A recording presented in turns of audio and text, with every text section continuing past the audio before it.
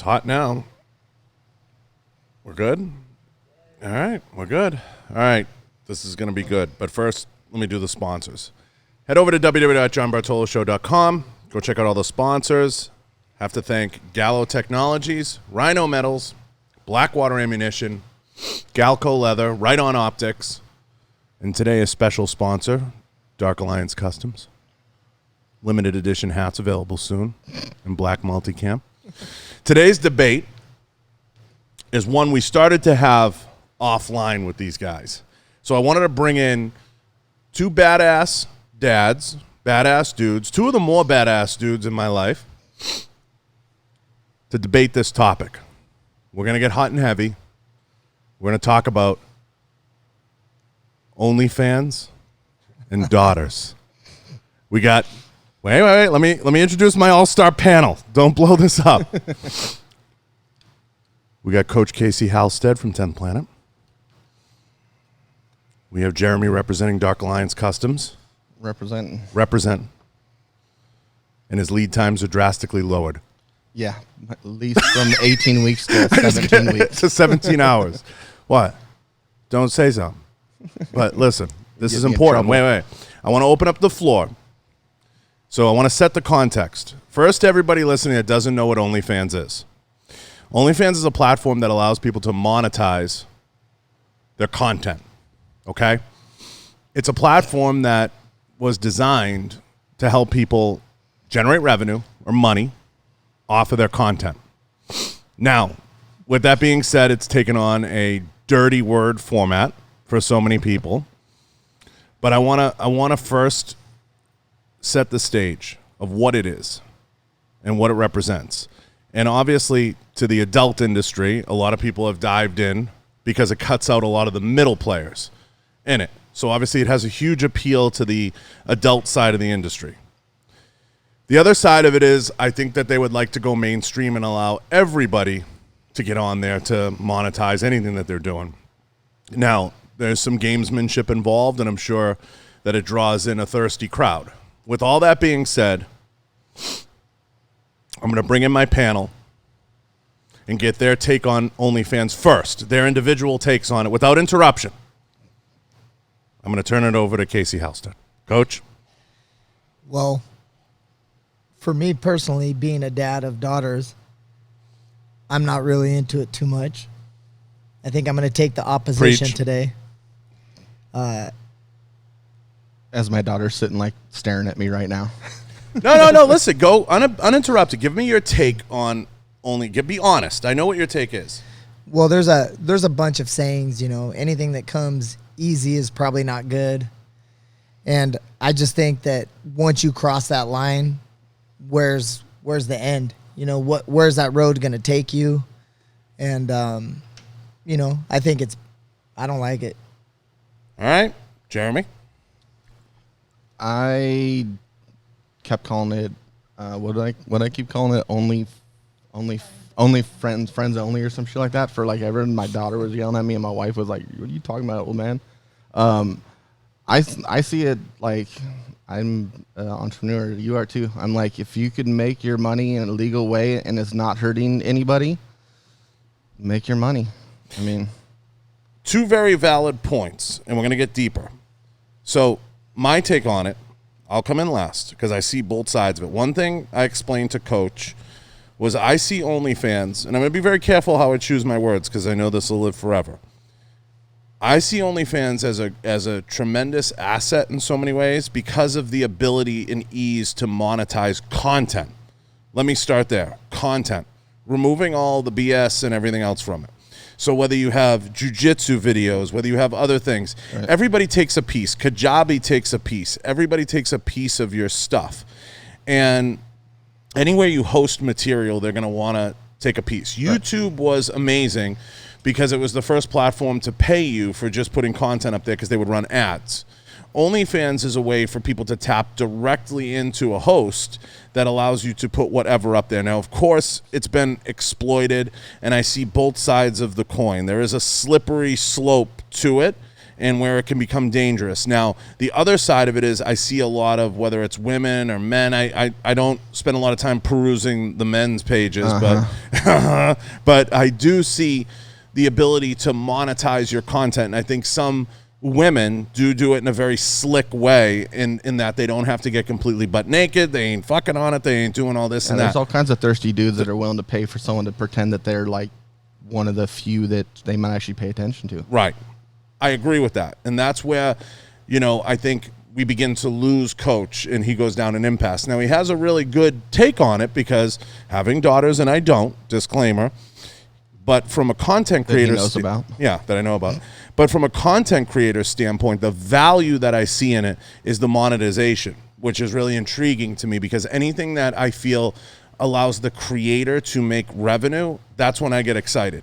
Now, Coach has a very holistic take on it where he starts to see the slippery slope that it can take you down. And I want him to go a little deeper in that and how he forms that opinion and where it can go wrong and where maybe we start to lose him. And is it all bad or is there some good? Well, for me specifically, like, I could probably clear this up by saying I would not be happy if my daughter did it. But of course I'm for entrepreneurship and, freedom of choice. So like I would never try to get in the way and block it from happening. And I'll support the people that want to do it. But you're more taking them like if it were my daughter, not like this shouldn't be there at all. Like it should be there, but for you personally and your family, like, nah. Yeah, I'd probably lose my mind. I feel you. But, it's pretty much because of the pillars. I pretty much every decision I make is based on how it's going to impact my business, my wife, and my kids. And I pretty much stick to that. And I feel that taking the easy money, where's the end? Mm-hmm. Like once you start getting that easy money, your lifestyle adjusts to the money that you're making on OnlyFans. And then you're going to have to pivot and you're going to have to keep growing and growing and growing. And then where are you going to end up? And I think that's the big problem. But what if they take that easy money to start something harder for them? What if they use that as a platform to, let me squirrel away some money here, let me get this, because I actually have like a bigger thing, like, say she wants to open up a school or she wants to do something else there that she has bigger goals for, that she's like, well, if I could do this, I'm not taking, fucking dicks to the forehead, I'm showing off in my bathing suit or whatever, and let me squirrel some money away because it's easy and I could do this for an hour or so and I could get this money and now I could spend the rest of my time. And you're saying do it clean. Yeah. No, for sure. Like, and that's one thing, like, I 100% with you on if my daughter was like, here's my fucking, like. Cooch. Yeah, no, for sure. Me and John, when we were talking about it, was like, what about just like bathing suits or just like negligee or fucking whatever, I'm like, okay, well, I could see, again, it comes down to the daughter and if, how she is, there's a lot that goes into it. But what if, my question to you is like, what if she was taking the money for that? Like you said, it's easy money. It is. And where does that stop? Well, what if it stops with her? Okay, I come with a business plan. I need 10 grand to start off and get me on a good jump to where I could focus on what I want to do.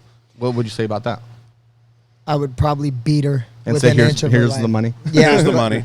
But the reality is, like, how many nursing students, law students started stripping, and then how many of them finished? That's probably the real question. I mean, if the point is to get educated so you can make money and get a good job, if you're making money and you have a good job just by selling yourself, why would you exit to make less? That's pretty much... My answer to that would be is, how'd you raise your daughter? Is she one of those girls that you think would do that? She definitely wouldn't. Like, no, I'm saying not do the thing. I'm talking about, like, would she be the one that, does she have that drive in her where she would be like, well, fuck, this is easy money. I'm not going to finish nursing school what I really want to do. I'm just going to keep doing this. Or is she one that would be like, okay, no, be able to put it down. Yeah, I got a goal that I'm focused on. That type of thing. So we have a funny like dialogue in my family, right? I dropped out of school my freshman year. I just decided I wasn't going to go. I didn't even make it to wrestling season. So my dad came in and he was like, yo, boy, get up. You got to go to school. And I'm like, I'm done. Like, nah. And he's like, nah, you got to go. And I'm like, I'm done. I'm not going. And he was like, okay. And that was the end of it. And the running joke in my house is my daughter, who's in college right now, wouldn't have even be able to conceive the words, Dad, I'm not going to school. Right. Yeah. No. And so like, it's not an option. Yeah, it's just not an option. So I don't even think it would even cross her mind to take that route. But a fictitious daughter, like someone else, you know, if it's related, like if the girl's related to me, of course, I would just never support it. No matter the exit strategy, no matter what. It's a hard line. Yeah, it's a hard line for me because I believe there's two types of people. There's ones that cross the line and ones that don't. And then, of course, you know, if you've committed crimes in the past and now you're not doing it anymore, you know, there's forgiveness in there too. Yeah, for sure. But I don't know. It'd be like me saying, "Hey guys, I'm gonna start selling drugs. I'm gonna round up enough money to open up my business." Yeah, but that's illegal though. Yeah, it's true. But I mean, I get morally what you're saying. But drugs shouldn't be illegal. Yeah, no. You know what I mean? Yeah, so I get you. I think that. Damn, I don't know, man. Well, I think you can't see it from all sides of the spectrum. So you mentioned drugs, right? That's an interesting one. I think a lot of people do things that's a means to an end. And I would say where I part ways with Coach is I do agree with Jeremy in the sense that some things can serve as a means to an end with the proper understanding that, hey, I have to, like COVID, for example, causes a lot of people to figure out how to put food on the table. Not everybody has viable businesses that can survive COVID. Thank God we were kind of, no pun intended, bulletproof in this. But but in many ways, this was a platform that obviously was popularized because of the nature to which people used it, but also the fact that it was available to so many people in the midst of all the things going on, and people could swoop in and make easy money. Now, where I disagree with Coach again is the easy money aspect, because coming from a content creation background and from that world in marketing, it's not easy. I know what goes into making content. Doing videos isn't easy. It's easy money in the sense that it works for you when you're not, you know, working per se, and it can come off as easy. But I do think that there's work that goes into it. If you're going to really, unless you have a big name, if you're really going to get to the next level, I know some of these people that do it, and they're spending money on photo shoots. They're investing in it. There is a dollar investment that goes into it.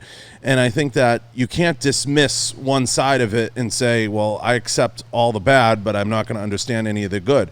I think that there is something to it. Now, where I agree with Coach is, does everybody have the ability to put it down? No. And that's really the trick. It's like anything else. Hey, someone comes home and says, "Hey, Dad, I got high." You're not mad that they got high. You're mad that what it could lead to. What, you know, you don't want it to accelerate from getting high to, "Hi, I did some coke in the bathroom," to, "Hey, I did some heroin," to, "P.S. I burned a house down the street and I'm living in a crack shack." You don't want it to get to that level. Now, it comes down to, Jeremy, you brought this up, how you're raised, what values are instilled in you. Do you have the values of never touching it to begin with? Right. But not everybody has those opportunities. I've sat with some people with some real hard stories that they're like, look, I don't have all these things available to me, all these resources. I don't come from a great home. I don't come from a great this. I don't come from a great that. I don't shit out 50s. I have to figure out how I'm going to put those things in place. And I don't think today kids are equipped enough, regardless of how you... I'm going to say something controversial here. I don't think kids today are equipped enough to go work at a McDonald's to make ends meet. Like, I don't think a majority of the kids today have that ability. And I think that this generation is losing that ability. I don't see it. I mean, I could be wrong. I don't see them having the ability to say, geez, I'm going to go make $25 a day, when they could start an OnlyFans or go do whatever. So there's a lot of pitfalls that lead to this. I think also part of where you see different than you see that, like, there's a lot that goes into the content. So I think that you might be skewed that way too, because for you putting out content, yes, there's a lot that goes into putting out content, and there's a lot more into it. When you're on, you know, when you're some hot chick on fucking OnlyFans, that, like, that's OnlyFans. Only fucking, see, I told you I was gonna fucking do it, and on only whatever the fuck, like, there's a lot less prep, and there's not show prep you're doing for it. You're not doing research on your fucking in your box. Like, it's not like there's not a lot to it. So I get what you're saying there too, like that there's more that goes into it to create content, but I think there isn't quite as much as what the bigger question before you go, Coach, is, do you wish that your daughters were more creative, that it wasn't just about their body? Exactly. I mean, one of the things that, after hearing you guys talk, I think I can explain it better. You know, I'm always coming from a coach's perspective, and You're the coach. I would kind of challenge my daughters. I would be like, come on, man, use your heads, like figure something else out first. You know, really, I think taking the easy way is not fruitful in life. Like, it's going to create, you got to be willing to take losses. And I really think monetizing your body is just an easy out for a lot of people. And sure, there's probably some that are really artistic, but I know some that are not. And they're literally just snapping pictures and doing videos, and they're trying to get subscriptions. And for me, I want to tell them, like, hey, if winning fights was all that mattered, I would just have my fighters fight 4-year-olds. Why would we go get in the cage against guys that are just trying to beat the hell out of them?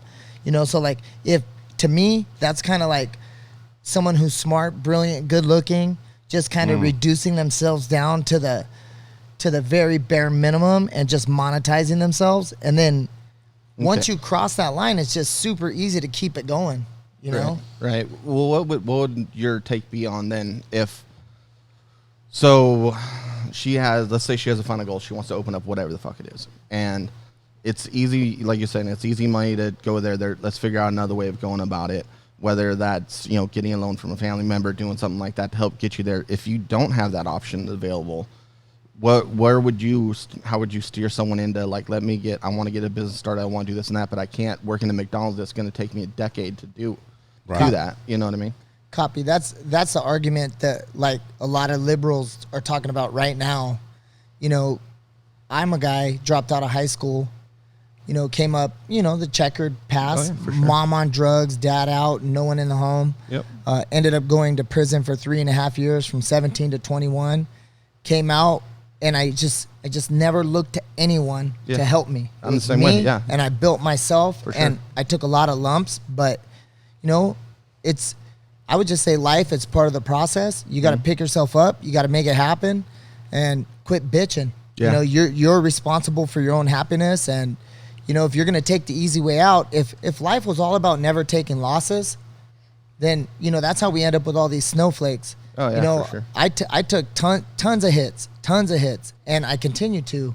And the one thing that I know this for a fact, if you have a good governor, like I said, I have 3 pillars: wife, kids, business. And every single decision I make, I say, how is it going to affect one of the 3? And if it's going to be negative, I won't do it. But here's the other thing, is if it ever comes down where I have to put money down, I'm always going to bet on me to win. For sure. Always. Yeah. And so, but that only comes through losing and struggling. You don't get that through ease. The course has to be hard. Right. You know, and if it's easy, it's just not worth having. I mean, that's a fact. And you know, you could look back to people, trust fund babies that were born on third base. I really haven't met many of those people that are well-adjusted and worth a shit. You know, I want people with dirt under their nails. When I meet someone and they say, hey, I did time, and they're doing the right thing now, I'm like, let's get together and work. You know, let's do it. What if their way of getting to that point of being able to work and get that is, I guess because I agree with 99% of what you're saying. Like, I'm with you 100%. Like, it's just, my thing is, like, okay, I want them to struggle. I want them to have to push through issues. And I know you have your own business. I have my own business. There's going to be plenty of struggles they're going to get to. My thing is, I'm not giving my kids money to go do whatever. That's too easy. They need to figure it out themselves. Now, if my daughter was saying that, you know, well, what if me figuring this out is I'm going to do bathing suit pictures like that I put on Instagram anyways. If I'm not doing anything I'm not doing on Instagram anyways, why don't I create that and get money out of it so I can start getting on this road and going it too? And my daughter, I know how she is. That's how I raised her, that if she puts her mind to it and this is what I'm doing, she could stop doing that because this is an end goal. And I would sit down and, okay, well, how long are you wanting to do this for? How much money do you think that you need? And let's get out an actual structure, not just, I need when I'm going to do this for a little bit, but then when I get enough money to do it, well, there's never enough money if that's how you put it. But if you have a number, this is my plan, this is what I want to do, this is how much it's going to cost me to start A, B, and C, then I guess I don't see there being a problem with her doing that to get to where I'm at step number 1 to get where I want to be at. And again, that 100% is with bathing suit photos and shit like that, because anything else is no.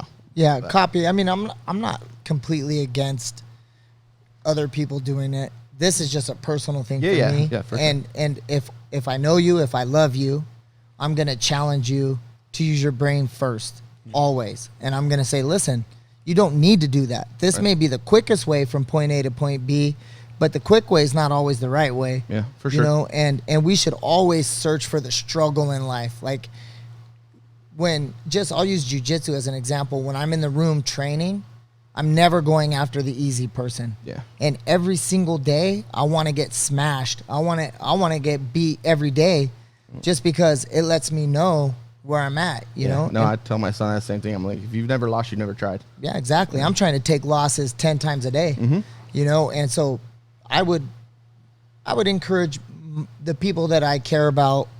I wouldn't judge anybody who did it. Yeah, no, I just wouldn't support it, but I would definitely tell the ones that I care about, hey, I'm challenging you to do a different thing.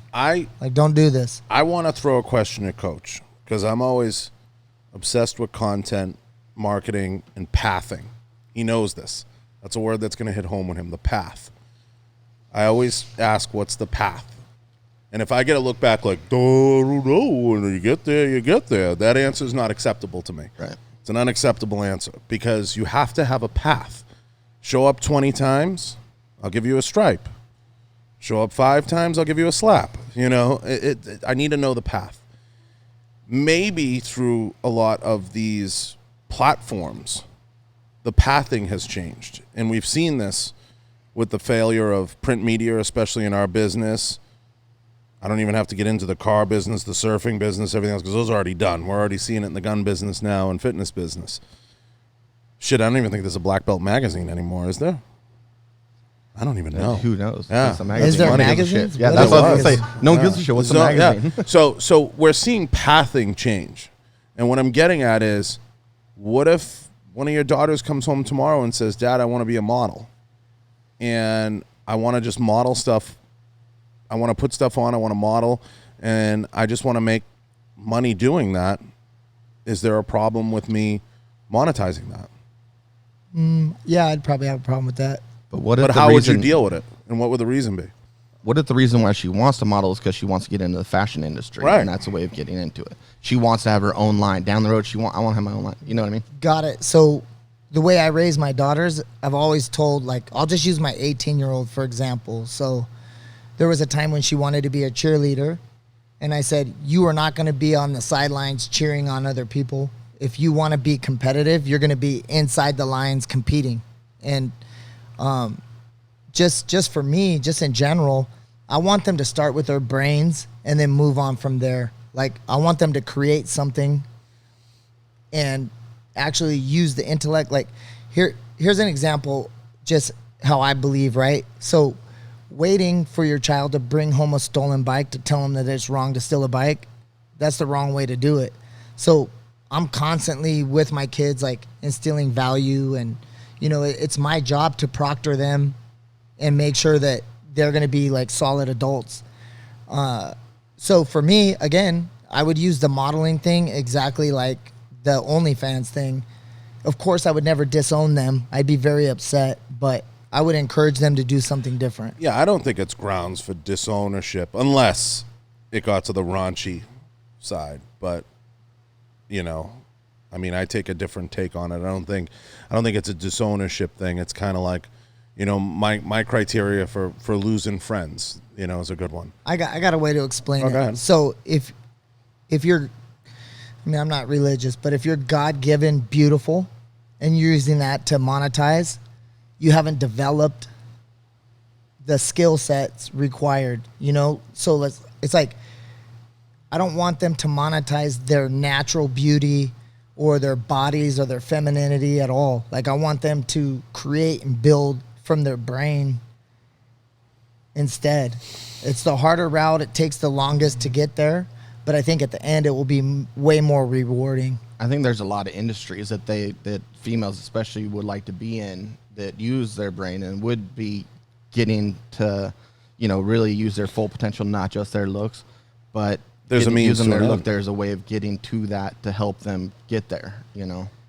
Yeah, I think it starts very young, you know? Like, I've always told my daughter, I mean, that's why she wrestles. She's on a wrestling scholarship right now. You know, it's like, you're wrestling because no one else can do it. Right. it's so hard that nobody can do it. When you come out into the workforce, a wrestler can compete with anybody. You've been competing your whole life. Yeah, and so it's like, yeah, maybe not all girls can, but I'm convinced that mine can. Yeah. What about competition cheering? Not into that. Oh, Again, you're get being stabbed because this one over here needs to travel for competition. well.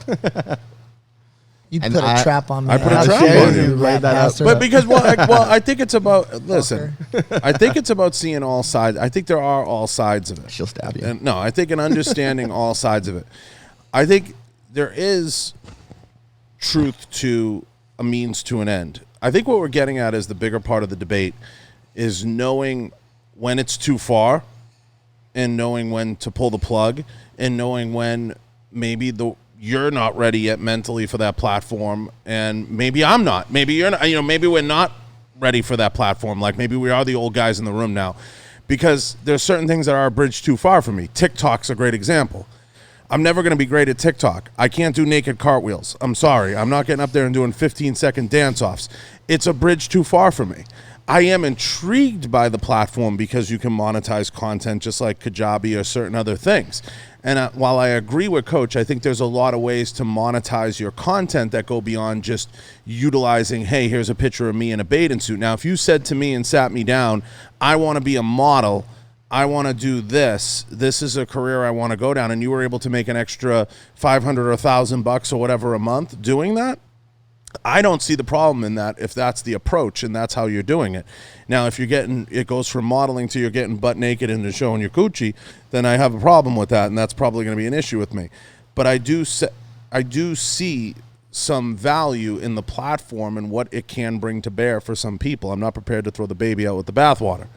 Right. Well, and I think a lot of it is like you touched on earlier, is like, how did you raise your daughter? I know how I raised my daughter. I know that she knows there are certain lines that it's very, very difficult to come back from.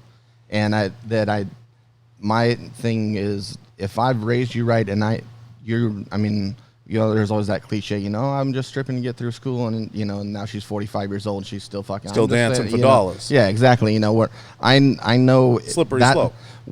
How was she raised? I know she wasn't raised like my daughter. I know that she didn't have the values that have been instilled in her.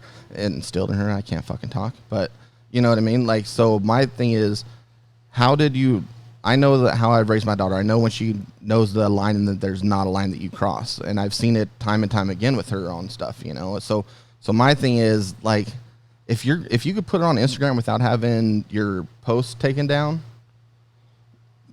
you're giving it away for free. I don't want to give anything away for free, I agree with that. Yeah, so do I. I agree with that. And, a lot of these kids that are on there don't have dads like you. And, that's a big problem. Yeah, but, for sure. Of course, I'm not judging anybody. I'm just speaking from my own. Yeah, oh no, I got friends that are on there that I wouldn't, I think we all know a lot of people they're on there. not like I wouldn't be cool with her doing any of that shit. They are for sure. I support them, but I ain't. Yeah, I just think it's not a real hustle. I would much rather see my honestly, kids trying to hustle and make it happen. I agree with you 100%. I don't think it's a real hustle. I don't think it is. I think that it's easy way. I think it's easy. But my thing is, I think that if there's an easy way to get you jumping to your hard part of your life and moving forward where you want to go, that's where I don't see the problem. I don't think it's a hustle at all. I think that I think you're hustling dudes, but I don't think it's a grind. Yeah, I could see that. And you know what? I wouldn't judge anybody for doing it again, but just speaking for my own, I would lose my mind for sure. Like it'd be hard for them, Right. I think the bigger we're tackling the bigger issue, but I think one of the more I guess I would say problematic things with it, like we saw with YouTube and we've seen with other platforms, is what Coach is alluding to. You get addicted to the easy money, but you don't control that platform. And that's something even more so you have to explain to the kids. Like, listen, you might make $1,000 a month. You might make $5,000. I know people that are making $30,000, $40,000 a month. Legitimately. Know people that are doing that. But you don't own that platform. And the minute they decide to go from taking 10%, I think they take 10% now. I think it's 10. I don't know. We'll get the details, but I think it's 10. And they start taking 20 or they start taking 15 or whatever else. And that's when you have to understand you don't own the platform. So regardless of the content on it, you have to understand you don't own the hosting mechanism. And I think what changes the game about OnlyFans or any of the platforms, I almost said OnlyFriends, Jeremy, that shows our age. It shows where we're at. But what's that newfangled thing? Yeah, that new my face. But I think I do have to say, I think everybody wants to find a path to success. And I think that's what we're getting at. I think everybody wants to find a degree of success or a way to monetize their life. And I think that's what's a little bit more scary of the underlying, thing in all this is there is no easy way to success no matter what. And you're going to have to work hard and you're going to have to develop it. So you go into this thing and let's say you're making $20,000 a month and you don't own the platform, everything else. It's easy to say this is going to go on forever. The reality is you have to also prep whoever it is, daughter, son, whoever, that we saw this with YouTube when everybody's rates got cut in half. Everybody went from making nice money on YouTube to now half. And because competition comes in and other things come in, and it's only a matter of time before that happens. But I do think content is, in general, getting away from the porn and the daughters and everything, I think content in general is changing drastically before our eyes. And the way that we absorb content is changing drastically. And I think it's only a matter of time before we see whether it's OnlyFans. We're already seeing the ability on Hulu to buy ads a la carte. You can buy an ad on any program you want. You can bid for it. I think it's only a matter of time before you're going to be able to go in the app like OnlyFans or whatever it is, whoever buys them, maybe YouTube buys them, and there'll be some type of premium thing, and you're going to be able to voyeur into people's lives. What you choose to show them, the quality that you choose to show them is important. I'm a little bit with Coach where I would, if I had a daughter, and I don't, that I know of, but if I had a daughter, I would probably push her to monetize it in a way, unless she was going to become a model. If she legitimately looked at me and said, I'm going to be a model. I think there's something different between a model and an Instagram model too. Right. But if she said, I want to get, like you brought up, Jeremy, I want to get in the fashion industry. Yeah. I'm really into that. Right. That's what I'm really all about. And she was going to look into pursuing that, and she wanted to monetize putting on dresses or outfits or whatever. Okay. But you have to figure out, my big thing is the pathing. I would want to spend more time sitting down and say, what does this do? What does A do to get you to B, to get you to C? Right. And lay that out to me. If you can lay that out to me and articulate that, and it's not just, I'm going to throw a picture up half showing my cooch and I'm going to make $50. Right. Well, I'm with Coach. That's short money. Yeah. I would rather see somebody put their knowledge up there. Like, I'd be tempted to do OnlyFans and put up how to do a podcast, do segments on how to do a podcast. Right. I'd be very tempted to do it because people ask me that stuff all the time. Yeah. Here's a very big problem with OnlyFans is in the industry that I'm in, a lot of these people built their base off of a skill, let's just say fighting. And then COVID hits, fighting gets shut down. They build an OnlyFans. Then all of a sudden OnlyFans starts to become more viable than the fighting. And the thing that got them the platform to begin with now becomes irrelevant.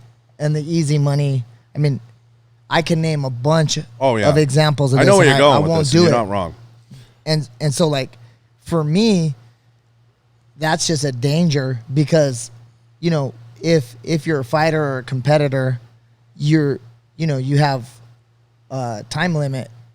So if they fuck around too long, they're not going to be able to go. You're going to lose your window. And I mean, I just think a lot. And not only that, this shit's online forever, man. It's never going to go away. Right, and that's a big thing. Yep. I'll tell you what, that the decisions I made when I was 17 years old are still echoing and reverberating through my life today at 46 years old. I go to Canada and I get jammed up. Secondary containment, England. Every time I go in there, I haven't committed a crime since I was 17 years old. Right. And I still get treated like a fucking asshole. And the whole point is, like, as like a 19, 18-year-old girl. You ain't thinking about that. Yeah, that's a big one. You could really screw yourself over later. Like, let's say you are going to college and you're going to law school, and all of a sudden a Supreme Court justice position opens up, and you've kept your life all the way clean, and they look back and they find all these OnlyFans pictures. You're done. Yeah, that's the end of you. That's 100% a valid point. Yep, for sure. No question. You have to be very careful. And this comes back to, Jeremy, what you're talking about, how you raise your daughter to realize everything that you put out there is forever. Right. It's not like back when, I'm stripping to become a nurse and now I actually became a nurse and now I'm a doctor. Well, unless you're one of the goons that was in the club, you don't know that about her unless she tells you about it, you know, where now that's not the fucking case. Yeah, not only that, we all know. I mean, even with my daughter, right? Like, I try to give her as much perspective as I can, but her downstream thinking is next Friday, like, oh, what am I going to do next Friday? My downstream thinking is, what are you going to look like at 30 when I'm dead and I'm not here anymore? Yep. You know, my number one goal is to make sure that I'm raising someone who will be viable in the world and be able to, like, protect herself and earn for herself and stand on her own 2 feet. You know, I don't know. I might be a little crazy with it, but no, I think you're a little crazy with it, but I think that you do have a lot of valid points, though, too. You know, I think that you have more of a hard line stance than I have on it, but I think that me and you would see eye to eye on 95% of what you're saying. There's certain, like I said, my big thing is if you've raised your kid the right way and it's nothing that they couldn't put out anyways that's not showing off your actual, you know, you're not showing your tits, you're not showing your cooter. If it's stuff that's able to be on Instagram, if it's something that you could get forward in your life and get, you know, create a big step because you don't have mommy and daddy's money to give you and you have to get that jump point, there's not a negative thing for having them have that drive to get to that jump point, you know?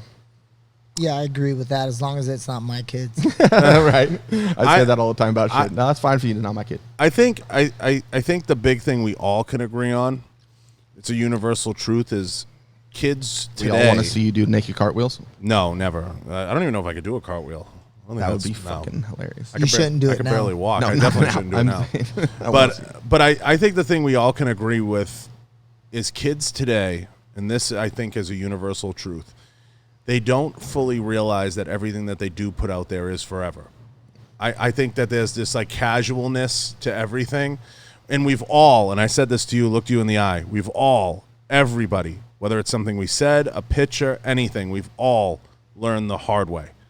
We've all learned that hard way.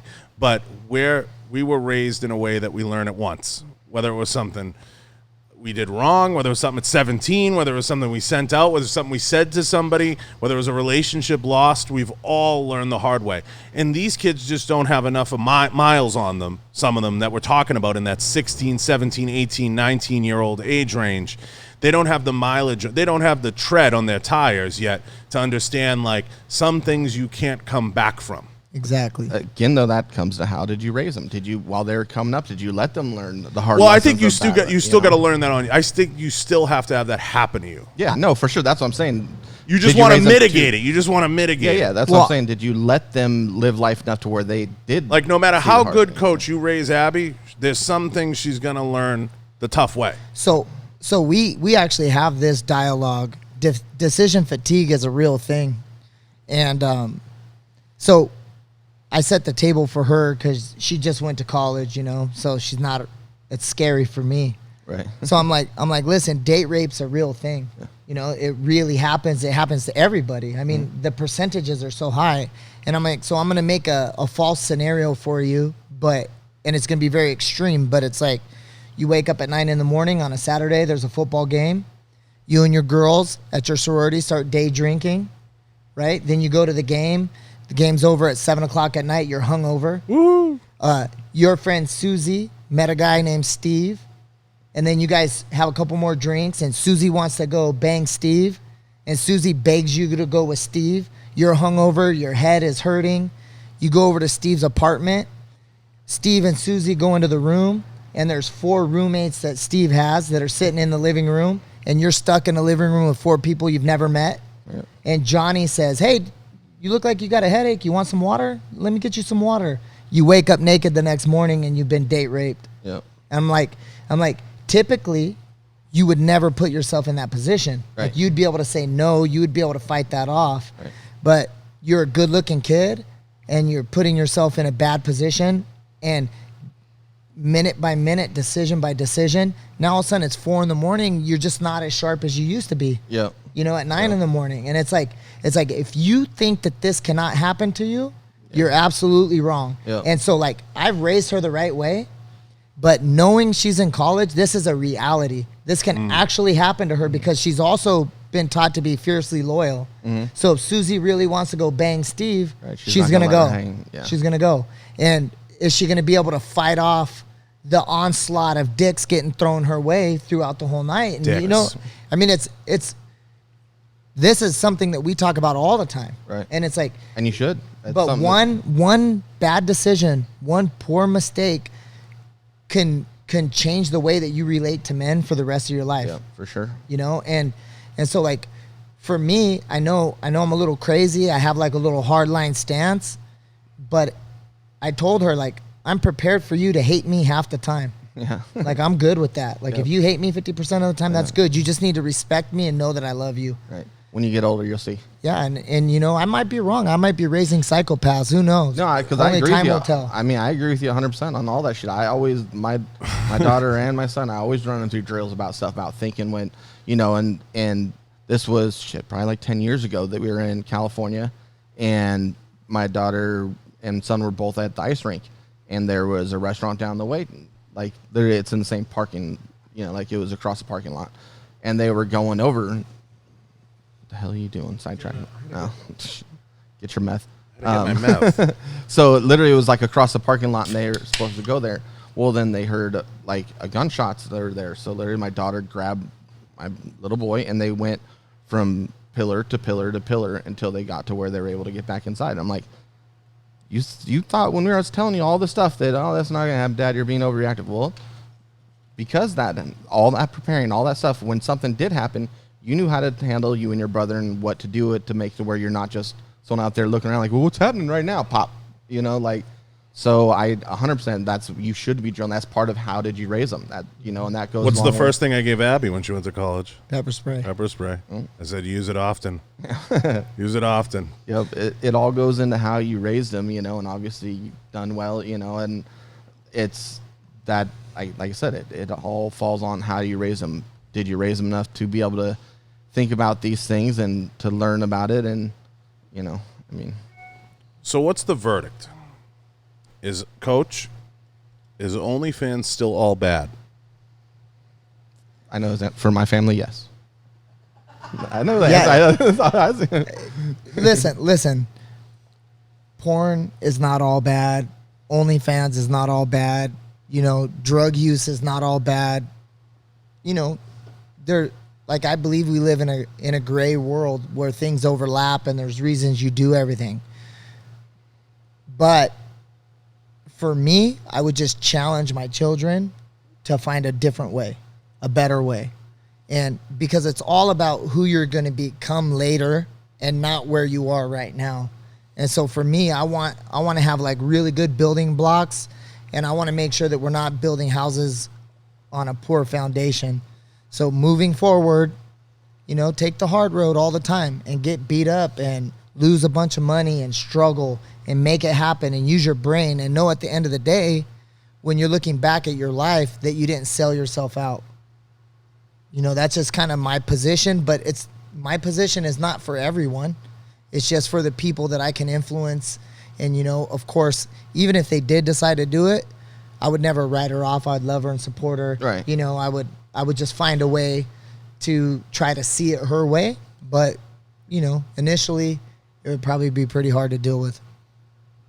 Yeah, no, I mean, I agree. I mean, I think that, you know, you can never write your kids off. They, you know, so I like that. That's what your mindset is on it. Like, I might really, really fucking disagree, and I don't like it, but, you know, it shows what kind of dad you are. That, you know, we'll fucking get it through it, and we'll figure it out, and we'll try to figure it. There's nothing to do. You ain't going nowhere.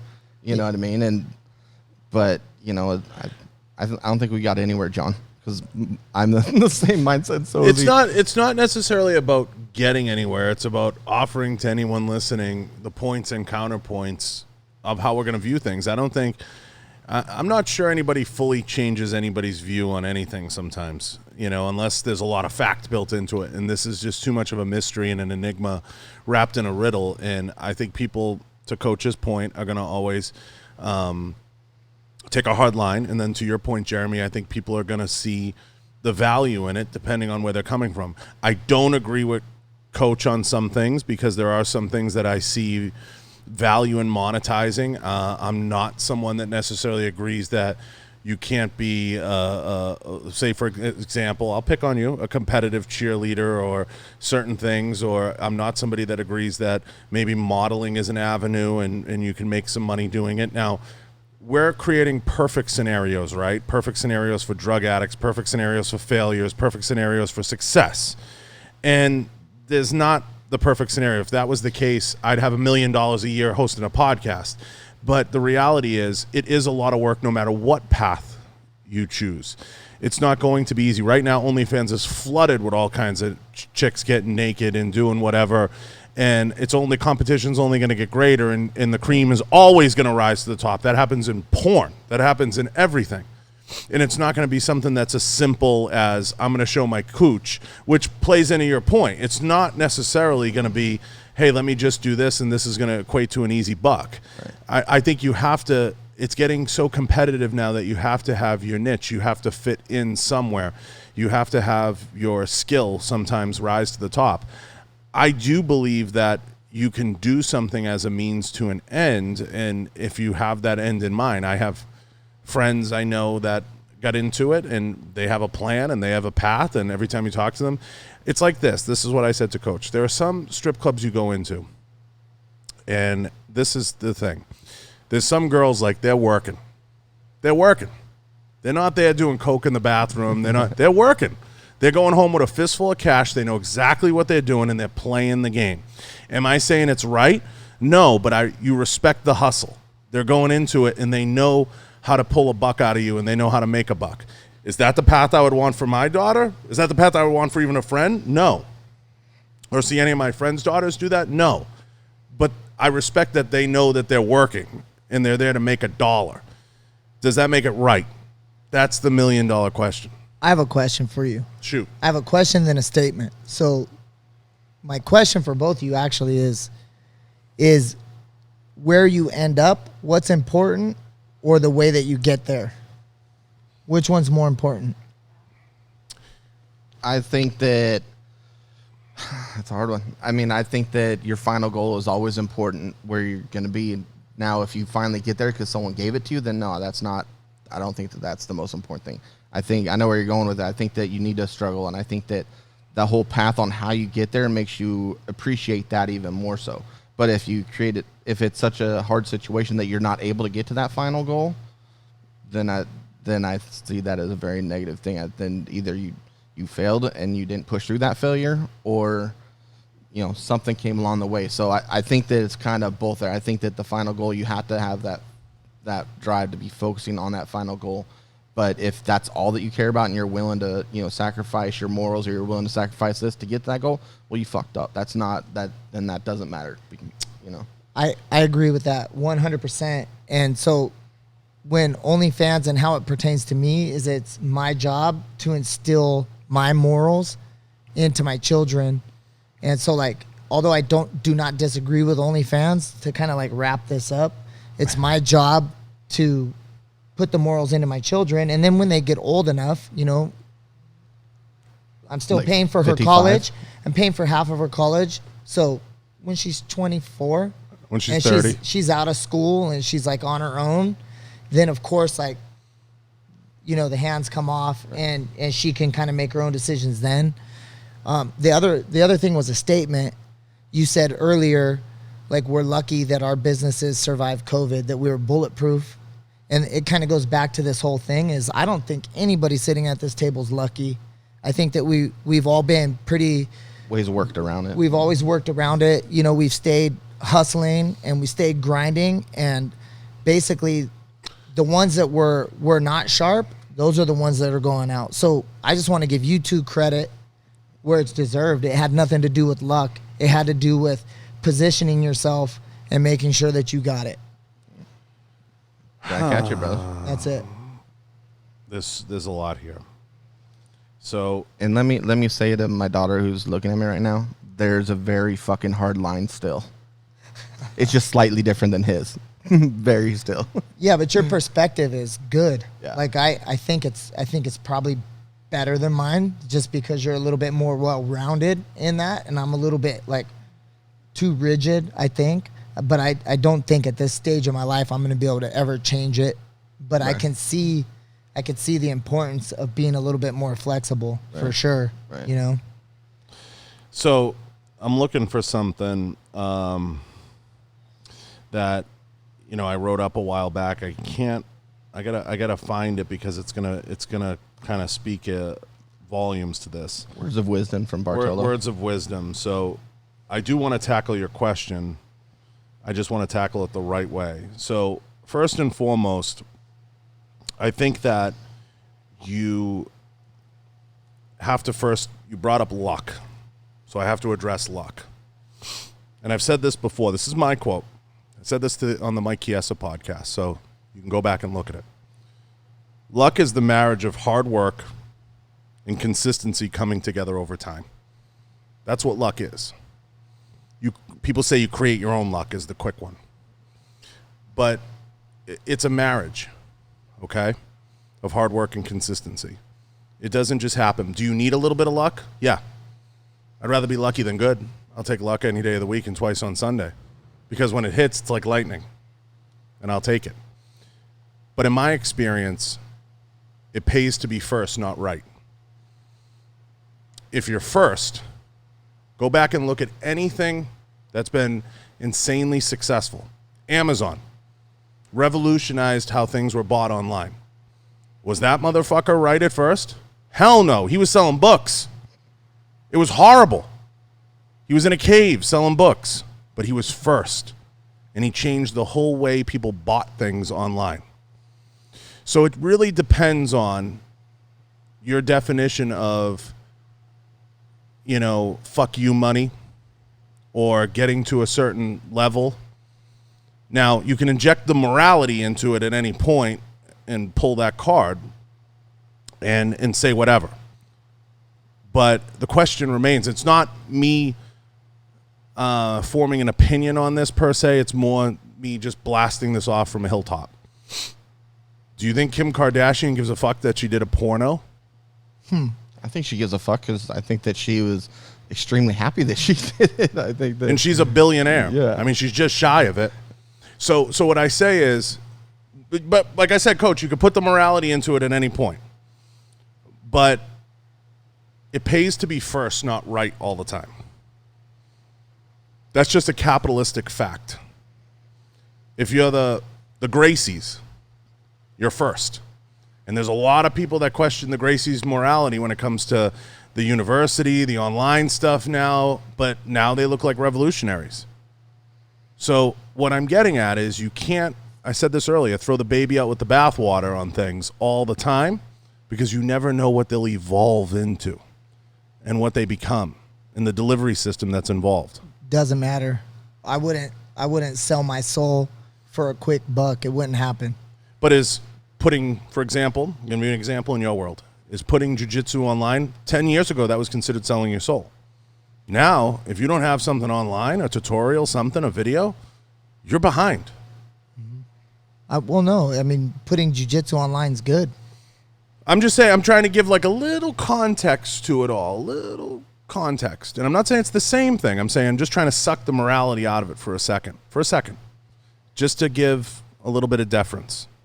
Because I know this, 10 years ago, any combatives online was considered crazy. Even Tony to this day, certain shooting stuff that's online, he freaks out because they're trade secrets, right? And that was stuff that was always supposed to be taught on the range, just like certain stuff was always supposed to be taught on the mats. I don't think online content in jiu-jitsu's been frowned upon. It was books before the internet. Now it's the internet, but online grading is definitely frowned upon. Taboo. That's taboo. But, in reality, you have to deal with yourself at the end of the night. And this is true. If you sold yourself and you have no conscience, then big deal. It's no big deal to you. But there's plenty of people out there like that too. Yeah, but for people, at least I could speak for myself. I just try to remove the morality for a split second, only because it allows us to kind of take a giant step back to look at the situation holistically. Yeah, but it would be like getting a black belt after a year from a legit black belt. You've been training a year, you get a black belt. Did you really earn it? Did you deserve it? Did you get the injuries? Did you do the time? Did you fight? Like, did you go through the process? Did you pay your dues? At the end of the day, I'm not the best black belt in the world, but I know that I'm a black belt. The one thing he's really good at, Jeremy, coach, is he creates these perfect scenarios. He just compared Amazon to getting a black belt in a year. Boom. Did not. Did too. Listen, this is good. No, it is. This is good. This is healthy. I think it's important to have these debates and have these conversations, because I think people listening want to understand kind of, maybe they have questions. Maybe they're dads. I'm not a dad. And maybe they want to hear a little bit of the extreme. And I don't think it's extreme. I think you're on the line. No, I think he's like one step behind me. Yeah. That's it. I think he's one step behind. I think you're a little more open. And I think that's maybe due to your content and how it's influenced you and how you view content. And I'm kind of in the middle. I see all, what? You think I'm like way to the, chime in if you want. Don't fucking give me the stink eye from the booth. Yeah, I would actually like to hear. Go ahead. Getting the stink eye from the booth. I think that you, John, are for it more so than not. Because of where COVID has left us. If you can't work. I'll say my piece, you give your take. Okay, go. I had the camera on you, so I had to laugh. Perfect. But I hope I pick my nose. so here's the thing. I'm not 100% for it. I'm not. What I'm 100% for, and Coach knows what I'm going to say, a plan. I'm a big planner. You got to have a path. I'm a box checker. If it was, I don't have a daughter, so I have to put a disclaimer on this. I have to. I don't have a daughter. But if it was a friend, and he knows exactly, you both spent nights with me, I would want to lay it out on a board. What's the goal? You've heard me say this 100 times. And I know you have with the friends that you do have. What are you trying to accomplish? Tell me how A gets to B gets to C. If you're going to tell me A leads to money, I'm with Coach. If you're going to tell me A gets you to a modeling career and gets you to Wilhelmina Modeling and gets you, a ticket to New York, and you can go to FIT, Fashion Institute, I might be with Jeremy. But if you can't lay a path out to me, and again, I probably draw the line at showing the coochie. If you're going to get nude, that's porn. Now you've done porn. And the morality and the Catholic in me kicks in, and I kind of say with Coach, there's no coming back from that. You can't come back. You can't. And you have to understand the risk that's involved with that. Now, I have the luxury of not having a daughter. Can't say that enough. I have that luxury of saying that. But if you tell me A gets you to B gets you to C, and whether I was sitting with Alexa, Abby, anybody, I'd be like, okay, let's put a path together then, and let's manage this like a business. You want to be a businesswoman? Let's manage it like a business, and let's lay it out. But you're not going to go spend the money on new Nikes. Right. Would your opinion change at all if it were the case where we're fast forward 5 years from now and she did it for say 6 months, was only in bathing suits, was only in that sort of stuff. She stopped after 6 months. She took that squirreled away money, started her business, started doing this, that, and then would that change your opinion at all or no? I don't think so. Just because of my background, and I was a terrible person, really bad, Same, right? yeah. And You both were no day at the beach. I think the how is really, really important, and this is like a long game.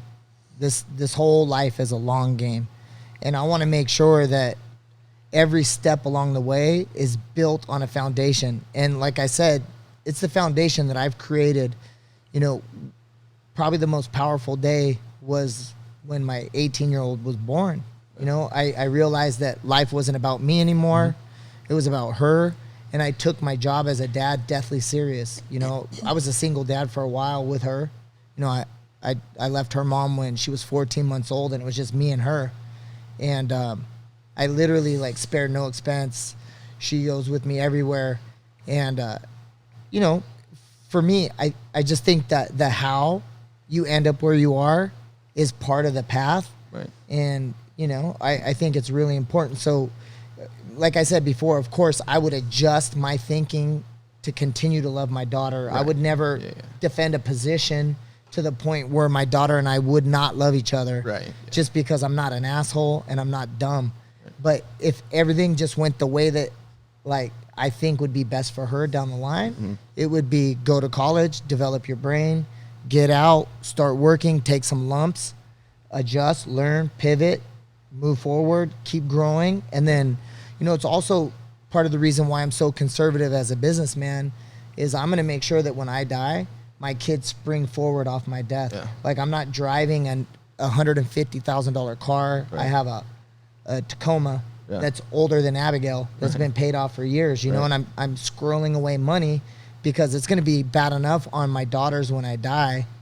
You know, it's all my life became not about me. Yeah, no, for You know, sure. it's hard to, I mean, in my weird brain, because I wasn't raised with morals or standard I'm with you. you know, so I just kind of pieced them together from the streets and, you know, took what I think works and you know, just, I think the how is critical. Yeah, and I think our main difference is that where we see the starting point of that journey would be. You know what I mean? I would see it as the journey of them started when they made the decision to go start a plan. And where you're seeing it is like, well, no, you don't need that first part. You need to focus on like getting your mind right before you're going there. And I guess that's probably, I think, the biggest difference between us right now is where we see the starting point, where it becomes a hard part and where it comes easy. You know what I mean? Yeah, I'm with you. Do you want to say where you stand back there? Because you've been being awful quiet. I'm surprised. Mom. I'm really surprised. I hear I like know. squirming around behind Go me. ahead. Like, I'm not looking. I actually think your opinion's Might be the most might important be. because you were a daughter and a mom. So, I mean, So as a daughter, I grew up in a super Christian household. No tattoos. My dad had one. My mom had none. Went to church Guilt. 3 days a week. It's not guilt. I raised Alexa for a short time of her life that way. Got divorced early on. And I was a competitive cheerleader. Some of the hardest fucking work I ever put in was competitive cheerleading. But believe it. at the end of the day, that's not who I am anymore. That's who my parents were. A lot of the lumps that I took on my own without my mom and dad's influence or very little voices, you know, your conscience. Your conscience is built from your parents when you're young. My parents are very different in views now. You know, I don't have a relationship with my mother anymore. I am decently close with my dad. We visit often, and he loves our kids and comes out, and we hang out often. But yeah, as far as I probably would have done it. I probably would have done OnlyFans. I probably would have done a lot of things. With how strict they were, you would have. With how strict. I mean, I ran away when I was 15. You know? Ran away because I for a lot of reasons. 15 and dumb? Yeah, because I was 15 and dumb. And, you know, sometimes when the avenue of communication isn't open, it becomes a really scary line. And I know Jeremy and I both are beyond open and vocal with our kids. And I know you are as well, just, you know, in the few conversations that we've had. And I think that's great, and I think that's where it starts.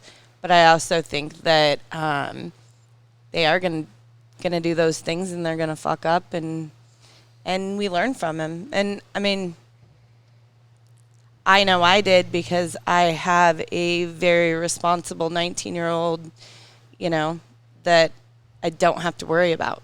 I know part of what me and Audrey used to always would still talk about is like, I want to fucking be like overly like super protective, and no, you can't do that. What the fuck you think? Like, but I'm scared to death from shit that she's told me that's how her parents were, and she felt she couldn't talk to them. I never want my kids to not be able to talk to me. So I think that definitely is a big reason why like I am lax in certain things. Like she dials me back all the time when I'm ready to fucking hit the roof. She's like, so you don't want her to talk to you at all? You want her to just do it anyways? I'm like, okay, go ahead. Yeah, for sure. I mean, I'm not super strict on the girls either. Like I allow them to do a lot of stuff, and I understand that they're going to make a lot of mistakes, and there's room in my parenting for that. Like I get it. It's just this particular topic is just, but No, but that's not everything though. Like my daughter talks to me. We just had this. I can't even put her on blast, but you could imagine. Yeah, put her on blast. And says the non-dad. But he's like, throw her under the bus. Yeah, but we have real conversations about sex and stuff like that, and I realize, I raised her to be an animal too. Like she's definitely an alpha, and she pushes back on me, but at the end of the day, I think the way that I parented her she respects my decision making. 200%. So like when I say something, even if she disagrees, she'll come back and say like, you know what, I agree. And 15 is a lot different than 18. 200%. And she's come back to me now and said like, I get it. Yeah. She's like, I get why you do that. I think more often than not, parents have that clause. There's always that clause of, while you live in this house. Yeah. Or while I pay. Yeah, it's a clause. It's a contract. It really is. And it should be that way. I think it should be that way. While you live in this house. How many times do you say that? As long as you live in this house, or as long as I'm paying this, or as long as I'm paying half the school. It's a clause. Yep. And you enter into this almost unwritten contract. You want to go do whatever you want to do, regardless of what it is. Yeah. Go get your own. I'll give you another picadillo. So they go to college. She has a boyfriend. They've been together for 2 years now, and he is wrestling at the same school. They went together. So when they come home from Christmas, right? I mean, I know they're doing things over there. He's not welcome. He can't stay the night at my house. That ain't happening. Right. And they graduate college. They're both 24, and they get married. He's not going to be able to stay the night at my house because my thing is like, you want to play house and you want to play daddy. You need to be able to support her and take care of her. Even after they're married, you need to stay. Yeah, married's different. Okay. Like if they came, I'm like, wow. No. If they came home to visit, that would be one thing. Yeah. But he can't live at my house. Oh yeah. No, he can't live at my house and play daddy. Yeah, I thought you were talking about visiting. Visiting would be cool, but definitely not while they're in college. And it's just because it's like, look, Abigail, I know that's ridiculous. I get it. Like I understand that's a ridiculous stance to take, but it's a standard that I'm holding him against. I'm holding him against a standard that needs to be held. It's like, with the way society is, everybody's super liberal and they kind of, lines are getting blurred, but there's certain standards. Like you have a responsibility as my daughter to marry the right guy. Yep. And if that right guy cannot support you and take care of you, that's the wrong guy. Yep. Yeah. And if you try to marry the wrong guy who's got drug problems and he can't support you, then we're going to have problems. And, so it's like... That trickles down. Well, you have other daughters, too, right? Yeah. So you have your younger daughters example. watching what you're doing to your older daughter, too. You know what I mean? So it's not just your oldest one that you're showing that, look, she's 18, she's 19, she's 20, she's 20. The rules don't change, little ones. Like you're I got a 2 and a 5-year-old. So, fuck. I mean, You're tougher we're than definitely... me a lot. Yeah, it's crazy. But, I mean, I know I sound silly with some of this shit, but I've created standards. And then there's movement on a lot of that stuff. But as far as like my neighbor, the boyfriend of the daughter lives there, doesn't have a job, car never moves. And every morning I go out there and he's dabbing in the backyard. And it's like, I don't know how my neighbor could even do that. No. Like I would strangle that kid. Right. And I'd bring Abigail, when she was here, I'd bring her out in the backyard and I'd be like, look at that guy. Because you could see through kind of to their backyard. Right. I'm like, I could never stand for that. And she's like, I know, Dad. Yeah, that, there's having, me and you might not agree on certain parts of it, but I still 100% think that if my son were to date a girl who had a dad like you, I would way rather him date a girl that has a dad as strict and has those guidelines than a girl's dad who had nothing there, because that shows on who he's dating and what kind of person she's going to be by the people that raised her. You know what I mean? So I think even being over the top, you know, because you're saying I sound crazy if I'm like, you sound even more crazy if you said you don't give a shit at all. That's even more crazy. Mm-hmm. I don't think it's crazy. I don't. Nope. I don't. I think it's a good standard to uphold, and you have to have every parent's going to have some crazy barriers. I've dated a few women that have some crazy barriers. Their parents had some crazy barriers through the years as a kid. We're all guys at the table. We've all been through this, you know, where you deal with overcoming whatever it is that the parents, you know, rule is or barrier, and you know, coaches like the stay over thing or whatever. In college, we might find that kind of crazy, like post college or whatever. I don't. I don't. I see where he's coming from, and I don't disagree. I think to everybody listening, this is a good learning tool. This is an awesome debate, and it's one that'll never end. It really will. No, it you can go never around end. and around and around. You can go around and around in this, and we've spent an hour and freaking 20 minutes almost debating this. Wow. I mean, work. Yeah, we got to go to work. Well, let me give you guys the last word, and we'll cut to the sponsors. So let me swing it over to Jeremy because Coach opened. Jeremy, I'm gonna give you the last word. Your final take on it. OnlyFans, good, bad, indifferent. How do you want to leave it? I think OnlyFans is good. I think OnlyFriends is better, but I think OnlyFans is good. I think that it's good. It's a good platform for someone with goals to take advantage of them to get to those goals. I think that it's also a very slippery slope.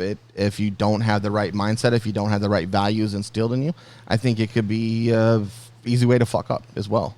So I think if it were up to me to flip the switch, yes or no, if that still exists, I would say yeah, for sure. Coach?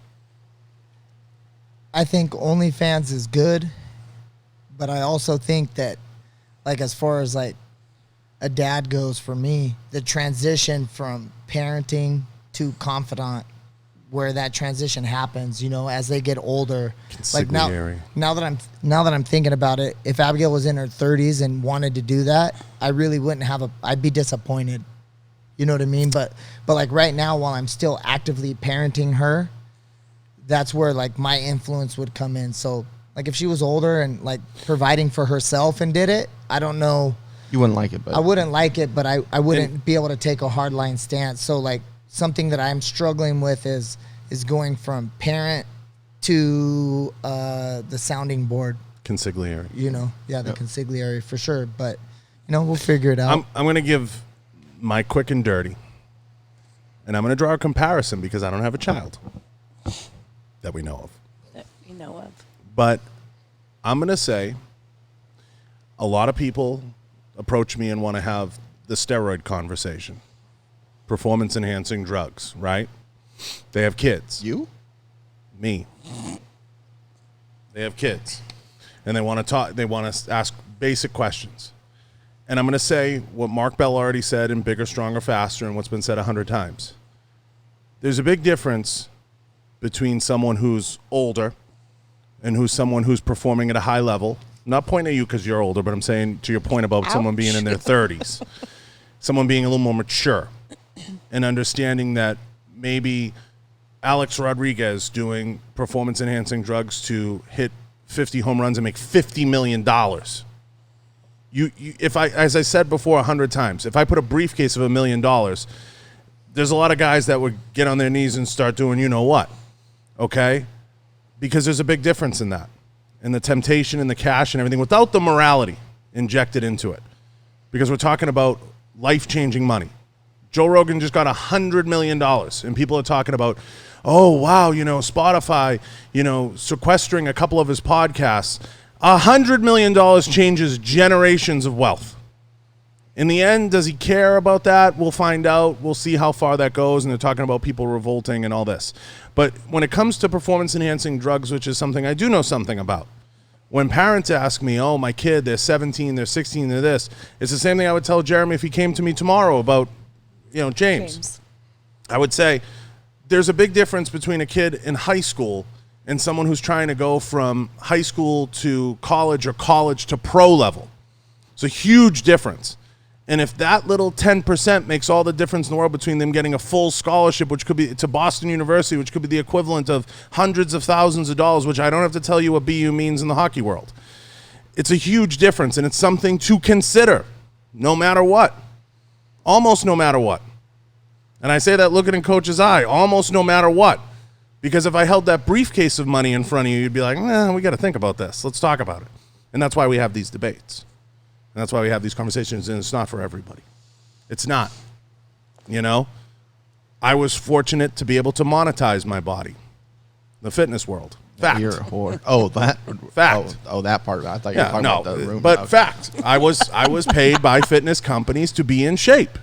You have to be in shape. It's an exploitation of my body. It's exactly what it is. No matter how you slice it and dice it, I look at it very level-headed, but I cashed that check because you're damn right I was going to monetize it in some way, shape, or form. But there is a big difference. You whore. Poor. Understanding and knowing what you're getting into. And that's what makes you guys great dads, because you're so passionate. You're willing to spend an hour and a half talking about how important it is you to instill those values into the kids. And that's what's important, just having these conversations. So hopefully everybody takes something from it. Sponsors, head over to www.johnbartoloshow.com. Check them all out. Gallotech, Rhino Metals, Blackwater Ammunition, everybody. Right On Optics. Appreciate everybody. We're out.